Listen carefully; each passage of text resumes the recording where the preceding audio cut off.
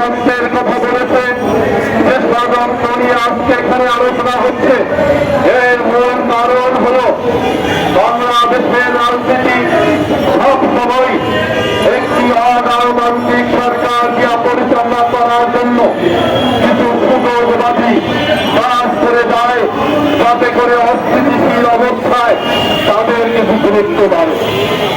আমরা জানি শহীদ রাষ্ট্রপতি জিয়াউর রহমান বলেছেন, জনগণ রাষ্ট্র ক্ষমতার সকল উৎস, জনগণ রাষ্ট্রের মালিক, জনগণের সরাসরি ভোটে নির্বাচিত মানুষরা দেশ চালাবে, এটাই হওয়া উচিত ছিল এই সরকারের একমাত্র এজেন্ডা।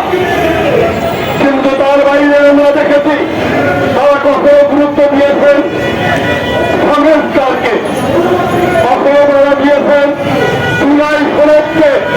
আমরা এর বিপক্ষে নয়, কিন্তু আমরা বলতে চাই এই জুলাই সনদ তারা তৈরি করেছে গত 17 বছর শেখ হাসিনার বিরুদ্ধে, যারা রাষ্ট্রপতি দিয়েছে, যারা জেলকে নিজের বাড়ি হিসাবে গ্রহণ করে গত 17 বছর বাংলাদেশের মানুষের মুক্তির জন্য আন্দোলন করেছে।